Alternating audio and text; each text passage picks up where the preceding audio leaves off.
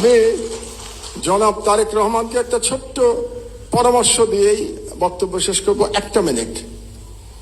শেখ মুজিবুর রহমান মুক্তিযুদ্ধের সাথে জড়িত ছিলেন না, তিনি জানতেন না মুক্তিযুদ্ধ কিভাবে হয়েছে, এবং তিনি ফিরে এসেও জানার চেষ্টা করেন নাই মুক্তিযুদ্ধ কিভাবে হয়েছে।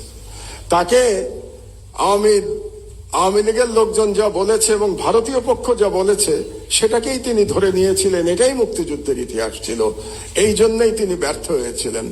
জনাব তারেক রহমান, আপনি 17 বছর দেশে ছিলেন না, আপনি জানেন না এখানে কি হয়েছে।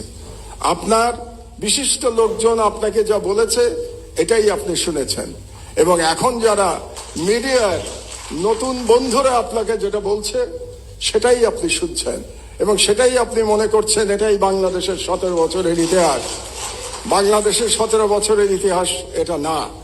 সেই ইতিহাস আমি বর্ণনা করব ভবিষ্যতে যদি আপনি এরকম কোন অনুষ্ঠানের আয়োজন করেন এবং সেই অনুষ্ঠানে আমাকে 15 মিনিট সময় দেন, তাহলে বাংলাদেশের মিডিয়ার ইতিহাস, 50 বছরের ইতিহাস আমি বর্ণনা করব। সেই প্রত্যাশা ব্যক্ত করে আমার বক্তব্য শেষ করছি।